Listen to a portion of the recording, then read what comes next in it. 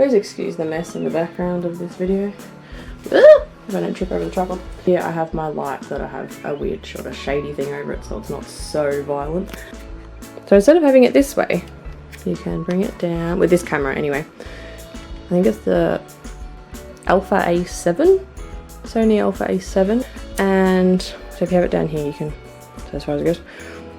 And then that way you're not bending all the way down. Most photos are done editing in Photoshop or in Lightroom or whatever program that you use, and you lighten up everything and you blur this bit so it's not as icky. Or this is how I photograph. So when I've done that pendant, I will take it off the chain and switch it with another one.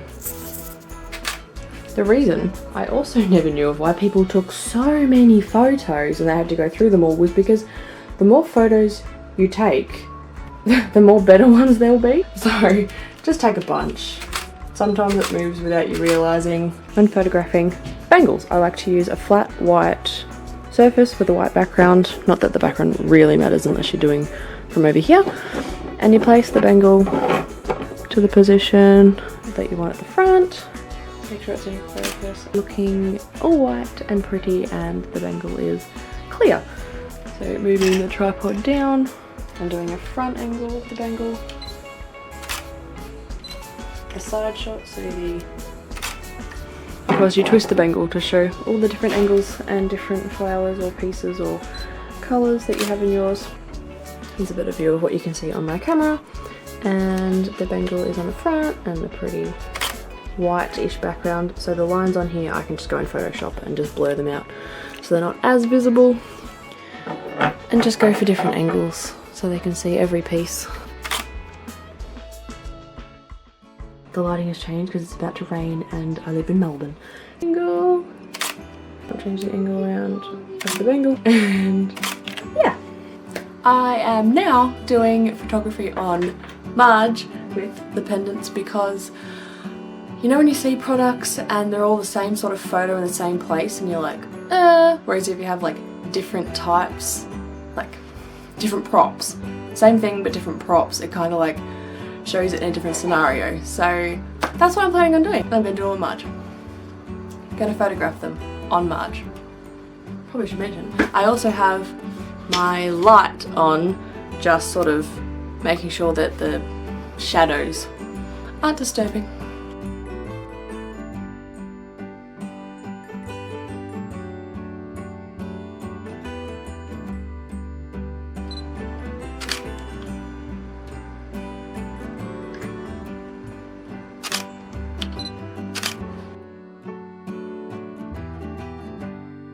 So my other tip too is if you don't have a fancy, no, mine's not even fancy, but if you don't have a fancy looking DSLR camera or something huge and fantastically great, honestly, a good old decent phone would do. Because on my Samsung S8 Plus, when I come up to the photo and I click it on focus and I turn the brightness up, the photo without glare, honestly, it's perfect. It is totally perfect. So the only reason I use a good decent camera is to practice, and because I paid the money for it. So if you don't want to pay the money for a decent camera, honestly, you've probably got a decent phone. I do recommend a tripod, and honestly I got this tripod on eBay for like 25 bucks. What I'm using for this camera is a bit more sturdier, but I got it for 9 bucks at the op shop. And the sun is way out those windows, so it's not actually, the sun's not out there at the moment, and the lighting is honestly perfect at this time of the day.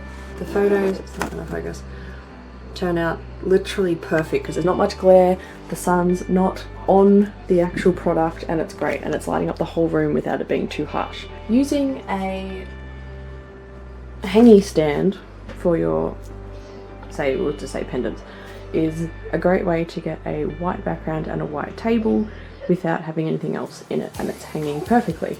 So when the shot is taken, we'll flip this around for a second, will it?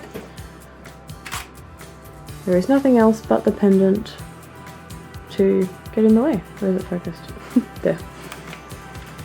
Another great thing too when you're photographing long pendants is you can just place it on the table taking the photograph, it looks great. There's nothing else in the way and the shot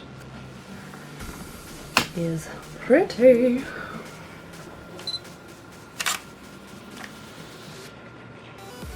Changing the angle of the pendant in the same spot works great too, so we can get a good look at what the pendant actually looks like.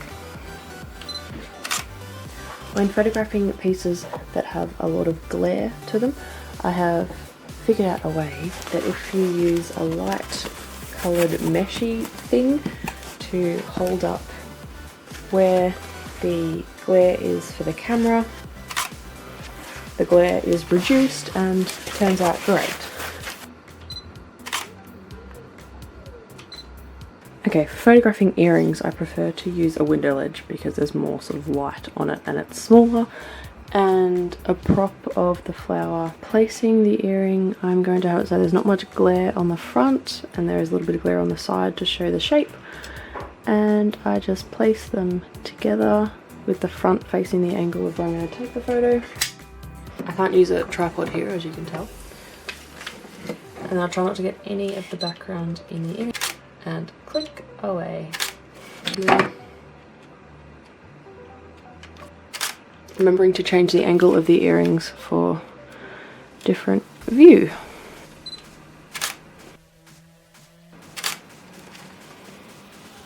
Marge is a prop, anything's a prop.